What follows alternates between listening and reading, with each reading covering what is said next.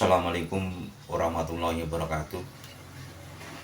Para pemirsa semua, alhamdulillah wa bi nikmatillah wala haula wala quwata illa billah Muhammad ibni Abdillah la nabiyya ba'da.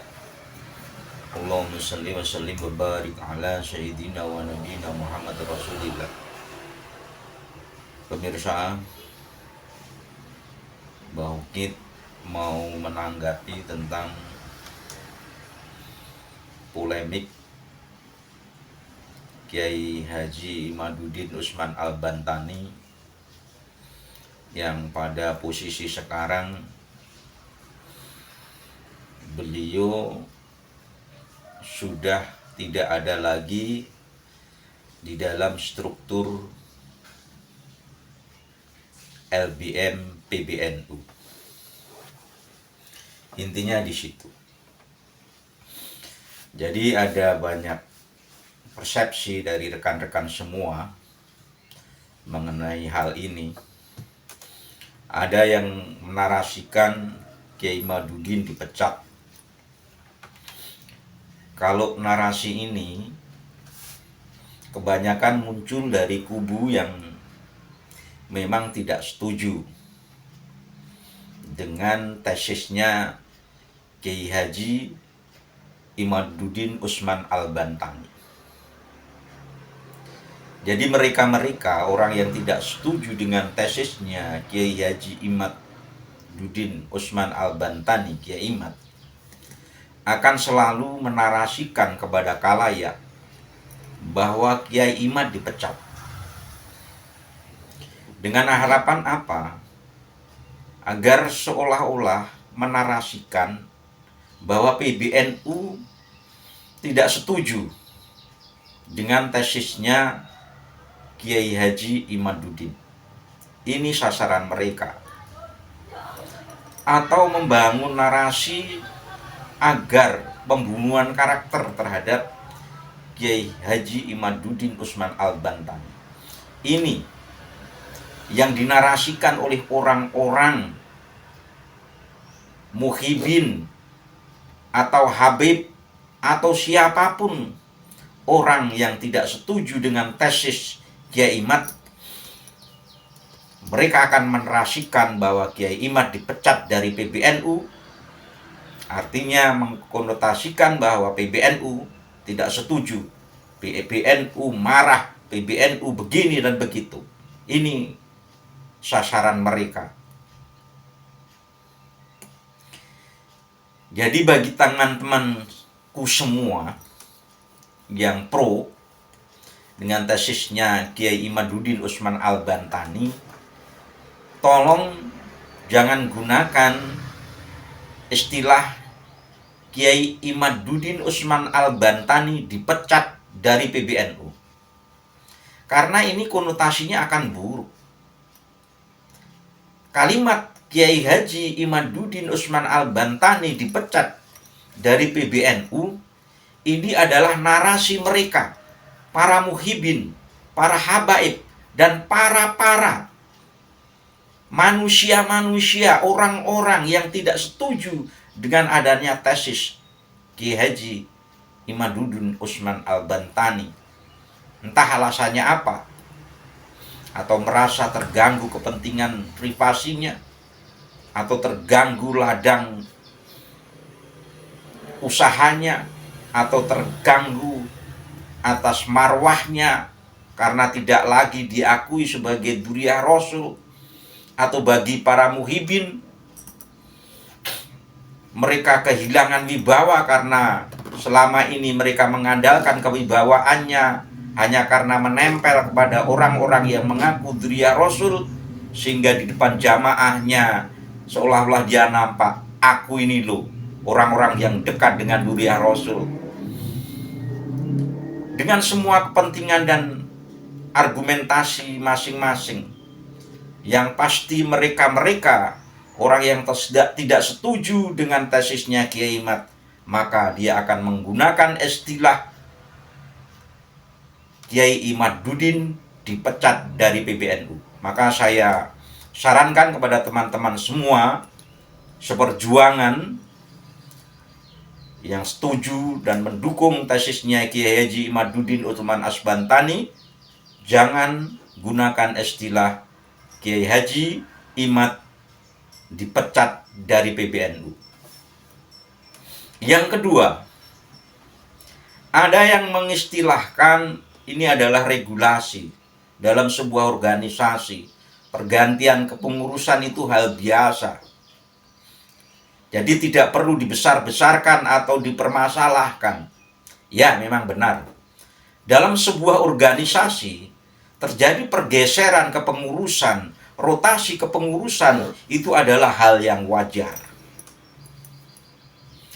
Hampir semua organisasi, bahkan negara pun, terjadi pergantian kepengurusan, terjadi pergeseran daripada kepengurusan. Kalau dalam istilah kabinet ada namanya reshuffle, itu hal biasa. Demikian juga di dalam organisasi PBNU. Terjadi pergantian kepengurusan, pergeseran kepengurusan, itu hal biasa. Apa yang tidak biasa? Yang tidak biasa adalah apa yang melatar belakangi terjadinya perubahan atau pergeseran daripada struktural itu yang perlu kita perhatikan. Jadi kalau sekali lagi terjadinya perubahan kepengurusan itu hal yang biasa. Silih bergantinya kedudukan seseorang di dalam sebuah organisasi itu hal biasa. Tapi yang tidak biasa yang perlu kita perhatikan adalah apa yang melatar belakangi terjadinya sebuah pergeseran kedudukan fungsionaris di dalam sebuah organisasi itu. Ini yang perlu kita perhatikan. Dan saya menduga apa yang terjadi dengan Kiai Haji Imaduddin Utsman Al-Bantani, dengan sekarang beliau tidak ada lagi di dalam struktur LBM PBNU, ini adalah didasari oleh like and dislike dan kepentingan-kepentingan orang-orang yang merasa terganggu keberadaan Kiai Haji Imaduddin Utsman Al-Bantani di dalam struktur organisasi PBNU. Bukan rahasia lagi. Rois Am PBNU, Kiai Haji Miftahul Akhyar, juga merasa terganggu dengan adanya tesis Kiai Haji Imaduddin Utsman Al-Bantani. Padahal kita tahu bagaimana power dari seorang Rois Am di dalam struktur organisasi PBNU. Orang yang merasa terganggu itu secara tobiah akan menyingkirkan pengganggu-pengganggunya itu. Ini hal wajar juga. Tapi kita bisa menilai kewajaran yang bagaimana. Kewajaran didasari atas suatu sistem yang memang dibenarkan oleh suatu organisasi, atau bagaimana? Atau sesuatu yang didasari atas kepentingan-kepentingan, apalagi merasa terganggu atas kepentingannya, sehingga dia menyingkirkan pengganggu-pengganggunya itu. Maka saya menduga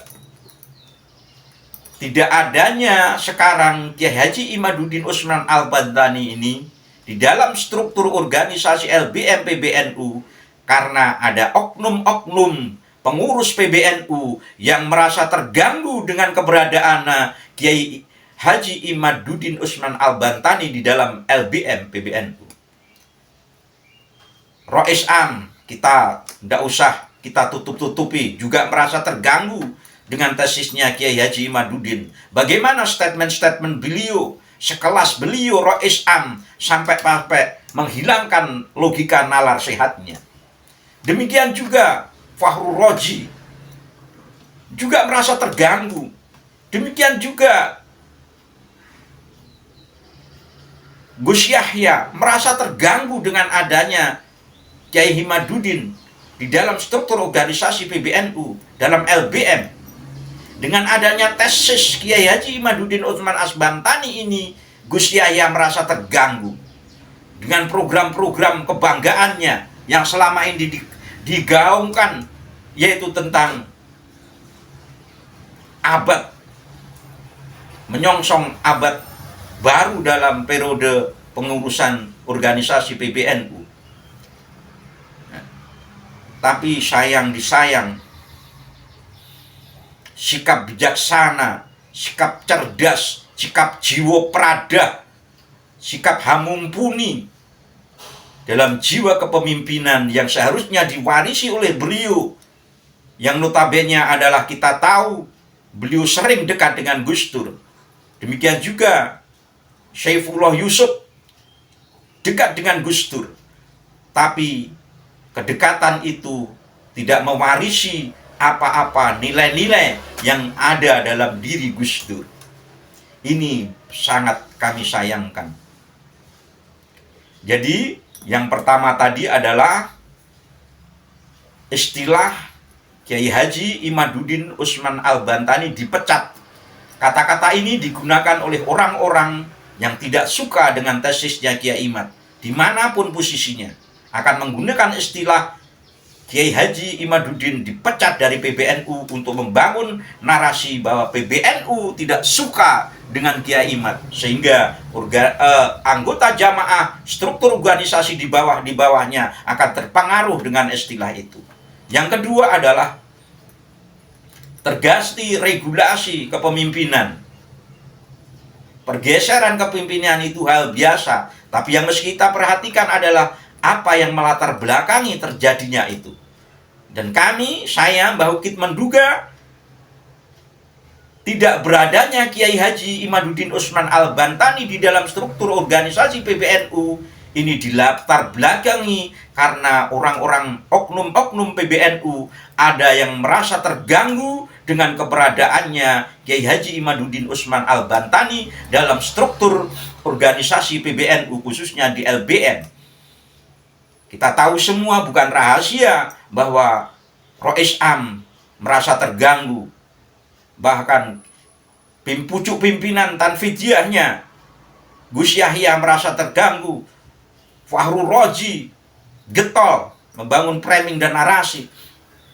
Mereka merasa terganggu dengan adanya tesisnya Kiai Imaduddin Usman Al-Bantani, dan tobiah manusia itu akan menyingkirkan pengganggu-pengganggu itu agar perjalanan mereka lancar, maka pengganggu-pengganggu harus disingkirkan. Dan Kiai Imaduddin Usman Al-Bantani adalah pengganggu bagi mereka-mereka itu. Maka perlu Kiai Haji Imaduddin Usman Al-Bantani disingkirkan. Ya, tadi pertama istilahnya Kiai Haji Imaduddin dipecat, ini adalah istilah mereka. Yang kedua, Kiai Haji Imaduddin Usman Al-Bantani disingkirkan oleh siapa? Oleh orang-orang oknum-oknum yang merasa terganggu dengan keberadaan Kiai Haji Imaduddin Usman Al-Bantani. Itu. Yang ketiga, kita menyikapi tidak adanya Kiai Haji Kiai Imaduddin Usman Al-Bantani di dalam PBNU itu ada dua sikap yang meski kami sampaikan. Pertama, ada baiknya, ada pula buruknya. Baiknya bagaimana? Baiknya, coba mari kita buktikan bersama. Beranikah PBNU setelah Kiai Haji Imaduddin Usman Al-Bantani tidak ada di dalam LBM, PBNU menggelar Basul Masail? Karena posisi Kiai Imad tidak di situ, artinya PBNU lebih leluasa, lebih netral di dalam membahas masalah nasab ini, masalah diskursus nasab ini. Apakah PBNU berani? Sebab andai kata Kiai Haji Imaduddin Usman Al-Bantani masih berada dalam struktur organisasi LBM PBNU dan PBNU menggelar Basul Masail, maka akan dituduh PBNU tidak netral karena di situ ada Kiai Imad. Maka saat ini buktikan PBNU terhadap fungsi Anda.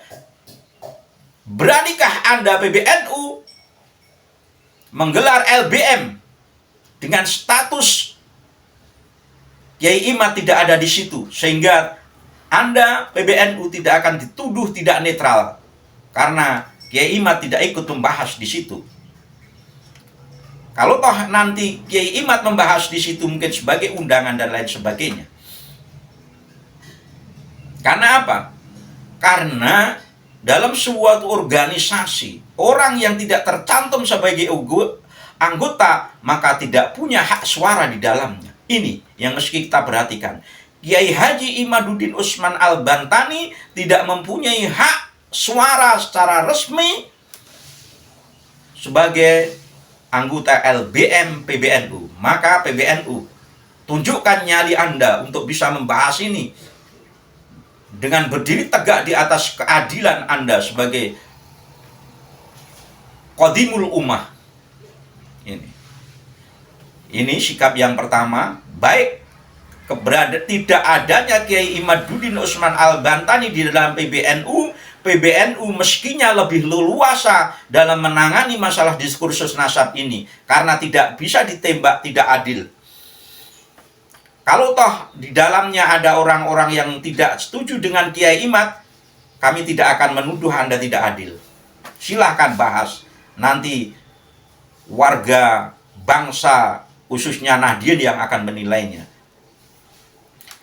Yang berikutnya, ketidakberadaan Kiai Haji Usman Al-Bantani di dalam LBM PBNU ini juga sebuah kerugian sebenarnya bagi kami, bagi pergerakan kami.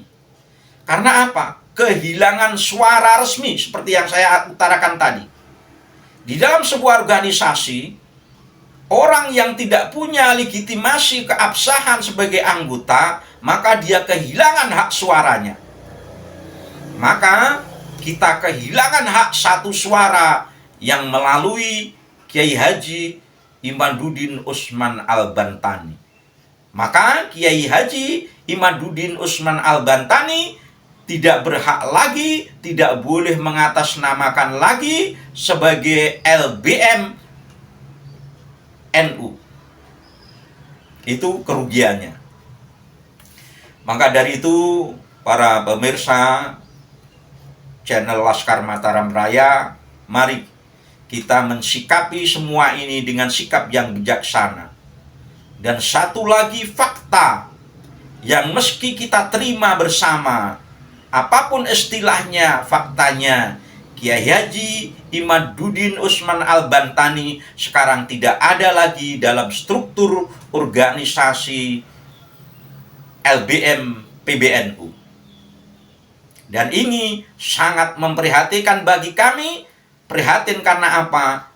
Kami ingin transparansi Anda pengurus PBNU. Anda meski menjelaskan alasan apa yang melatar belakangi Anda mengeluarkan Kiai Haji Imaduddin Usman Al-Bantani dari struktural LBM PBNU. Ini meski Anda jelaskan agar tidak menjadi bola liar yang bergulir di tengah warga Nahdlatul Ulama. Karena Anda adalah Qadimul Ummah, keresahan ummah adalah seharusnya menjadi keresahan Anda. Dan Anda, pengurus PBNU, punya tanggung jawab untuk meredam keresahan ini. Gitu. Maka dari itu, pemirsa channel Laskar Mataram Raya, mari kita tunggu proses selanjutnya bagaimana. Dan satu lagi kami pesankan, jangan patah semangat dalam perjuangan ini. Sekali lagi, dulu saja waktu awal perjuangan saya pernah bicara di hadapan Pak Ganjar. Kami akan tetap terus berjuang. Andai kata hanya tinggal kami sendiri, maka akan kami teriakkan tentang perjuangan Wali Songo ini, perjuangan marwah kebangsaan ini, terutama tentang diskursus nasab ini. Karena apa? Di dalamnya ada kerugian-kerugian yang ditimbulkan baik oleh kerugian secara pribadi, kerugian material, imaterial, moral bangsa semua menanggung kerugian. Maka agar tidak terjadi kerugian yang berkepanjangan, maka ini mesti dikelirkan dari semuanya. Dan ini kita perjuangkan sampai ini benar-benar berhasil. Karena apa? Semua kita lakukan untuk menegakkan marwah bangsa Republik Indonesia, dan lebih khusus lagi kita tegakkan marwah nasab suci Kanjeng Nabi Muhammad Rasulullah SAW. Akhirnya salam damai, salam sejahtera. Pesan terakhir, sebesar apa perbedaan di antara kita, sebesar apa kemarahan yang ada di dalam dada kita, ingat, kita masih saudara, saudara sebangsa, setanah air. Itu yang mesti kita pegang. Kita tidak boleh mentumpahkan darah di antara anak bangsa hanya gara-gara hal-hal yang ditimbulkan oleh klan Ba'alwi. Terlalu besar bayarannya kalau kita sampai mentumpahkan darah dengan adanya polemik nasab yang ditimbulkan oleh klan Ba'alwi ini. Demikian saja. Akhir salam. Wassalamualaikum warahmatullahi wabarakatuh.